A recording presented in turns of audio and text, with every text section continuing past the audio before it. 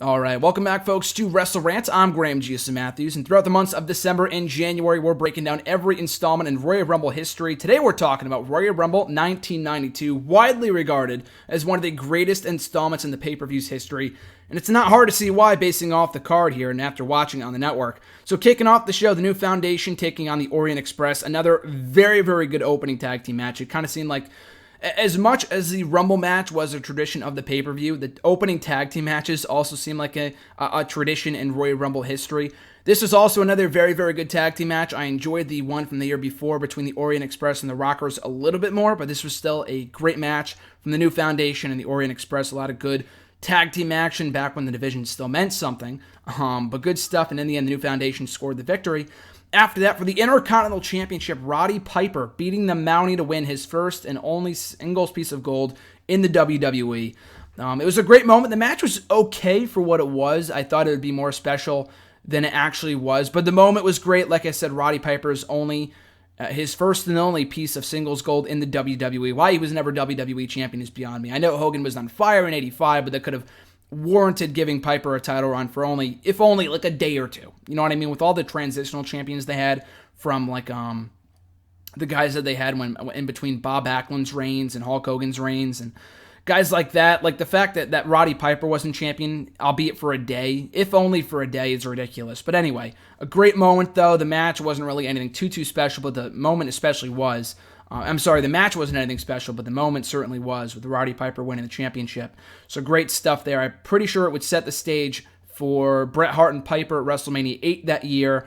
And also, too, it was a great moment in that it told various stories here, and Piper winning his first singles gold, but also they were telling this story that he was going to be in the Rumble later on the night, and that he could become the first and only person in history.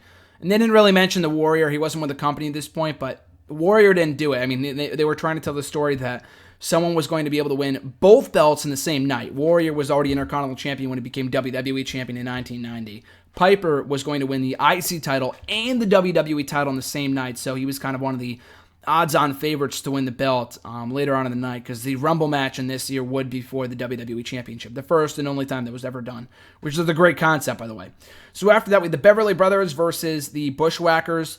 Beverley Brothers went over. Not a good match at all, just total comedy, just very, very dull. Bushwhackers, you can rarely find a good match from them unless it's supposed to be comedy. This just wasn't really good whatsoever. It was just total trash, but at least the Beverley Brothers won. So after that, Natural Disasters took on Legion of Doom for the tag team titles.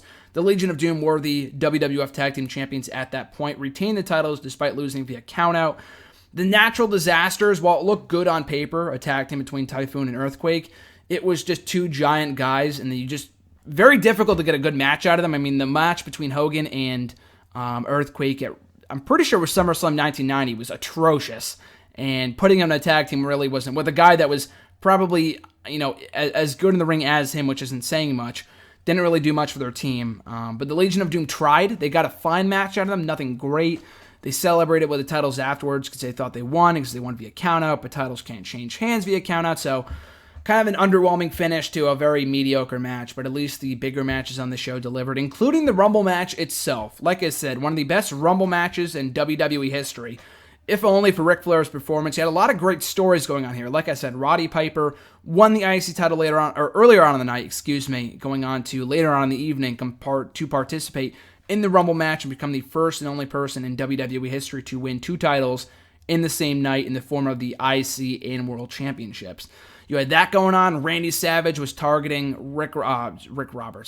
Jake Roberts, and they were going to be doing that feud going into WrestleMania until they squashed the whole Hogan-Ric Flair feud, and they went with Hogan and Sid Justice, which was kicked off here, which I'll get to in a second.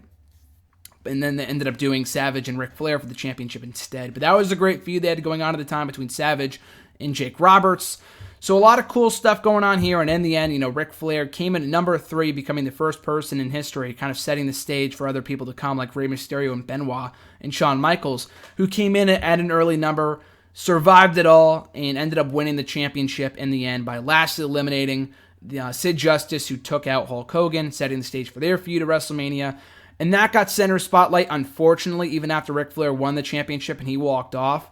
You still had Hogan and Justice in the ring going back and forth. Thankfully, they cut back to Ric Flair with the championship to close the show, but it was apparent that Hogan and Sid Justice was the main event program they were going with going into WrestleMania, which is a shame considering that those guys didn't really deserve the main event slot at WrestleMania. I fully believe that it should have been Ric Flair and Savage, but in hearing other people talk about this match, I'm pretty sure the Solid Monster, he regards this as one of his favorite matches of all time, but he talked about on a podcast not too long ago on the Sound Off that Sid Justice, I mean, it was rumored, I guess, from what he said, but Sid Justice was guaranteed the main event slot at WrestleMania that year, at WrestleMania 8, regardless of whether it was over the championship or not. So I guess that makes more sense if true, but if not, I just thought it was stupid they went with that match, which wasn't good at all. But you did have a great match of Savage and Flair, which was relegated to the undercard for whatever reason.